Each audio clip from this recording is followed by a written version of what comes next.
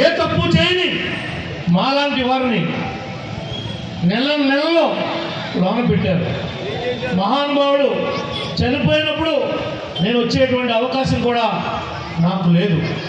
నేను అప్పటికే ఫస్ట్ ఆ ప్రభుత్వం రావడంతో ఫస్ట్ నన్నే లోనేశారు. నేను జైల్లో ఉండి పేపర్లో చూసుకున్నా, జైల్లో టీవీలు ఉండవు, న్యూస్ పేపర్లో చదివా, అయ్యో ఎలా జరిగిపోయిందిరా అని. ఏం చేస్తాం, ఎవడో చెప్పుకుంటా కూడా పక్కనే ఉండలేడు. మరి అలాంటి పరిస్థితుల్లో అప్పుడు ఉండిపోయాను నేను.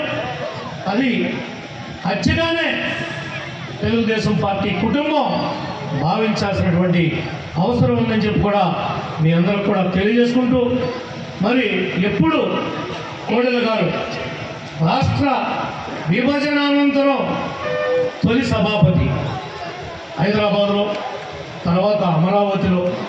ఈనాడు నేను శాసనసభకు వెళ్తే ఫస్ట్ డోర్లోకి వెళ్ళంగానే కనపడేది కోడెల శివప్రసాద్ గారి పేరే. అది కట్టింది ఆయన. ఈ రోజున ఆ యొక్క అసెంబ్లీ భవనాన్ని శంకుస్థాపన చేసింది మహానుభావుడు, కట్టించింది ఆయన.